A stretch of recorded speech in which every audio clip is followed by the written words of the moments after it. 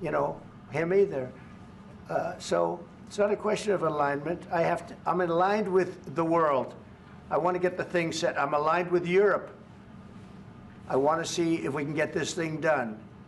You want me to be tough? I could be tougher than any human being you've ever seen. I'd be so tough. But you're never going to get a deal that way. So that's the way it goes. All right, one more question. I will respond to this. So look, for 4 years in the United States of America, we had a president who stood up at press conferences and talked tough about Vladimir Putin, and then Putin invaded Ukraine and destroyed a significant chunk of the country. The path to peace and the path to prosperity is maybe engaging in diplomacy. We tried the pathway of Joe Biden of thumping our chest and pretending that the President of the United States' words mattered more than the President of the United States' actions. What makes America a good country is America engaging in diplomacy. That's what President Trump is doing. Can I ask you? Sure. Yeah? Yeah. Okay. So he occupied our parts, big parts of Ukraine, part of East and Crimea.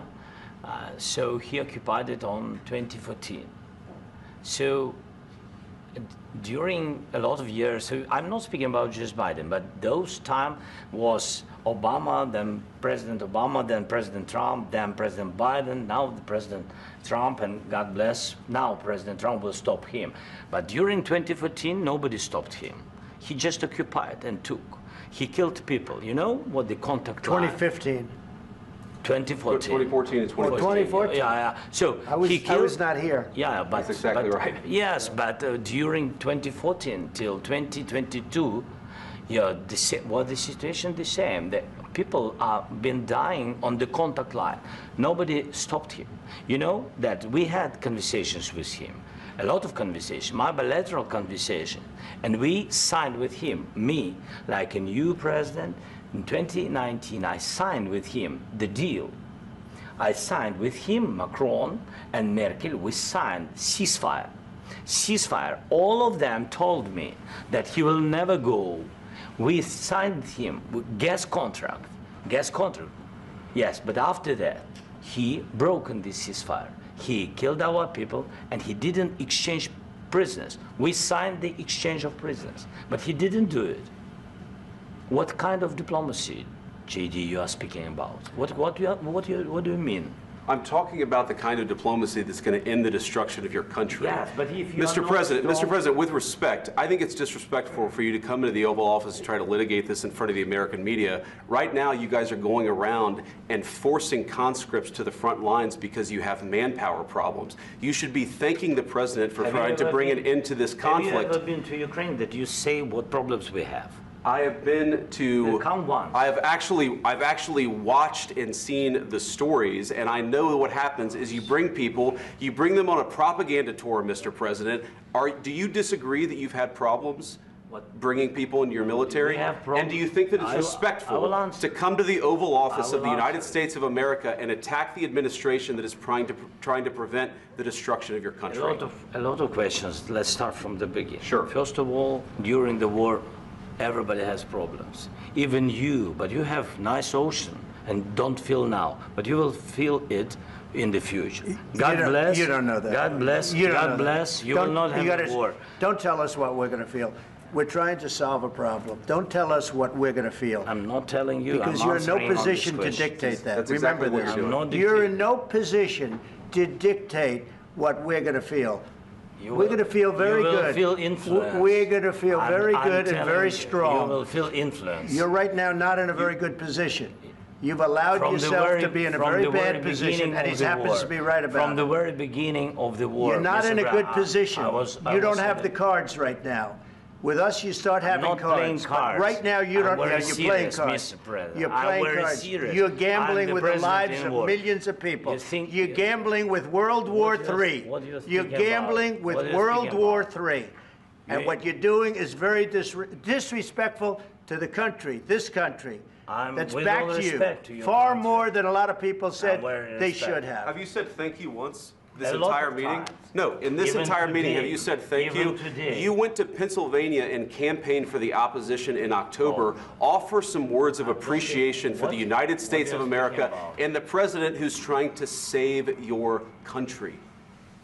Please, you think that if you will speak very loudly about the war, you He's can... not speaking loudly. He's not Yeah. speaking loudly. Your country is Can I- in big can- trouble. can I Wait a answer? minute. No, Can you've I done a lot answer? of talking. Your country is in big trouble. I know. You're not I winning. know. You're not winning this. I, You have a damn we- good chance of we are coming out staying, okay because of Mr. us. President, we are staying in our country, staying strong from the very beginning of the war. We've been alone, and we are thankful. I said thanks You haven't in been this alone. cabinet, You and haven't not been only alone. in this We cabinet. gave you, through I this said thank stupid you. president, $350 billion.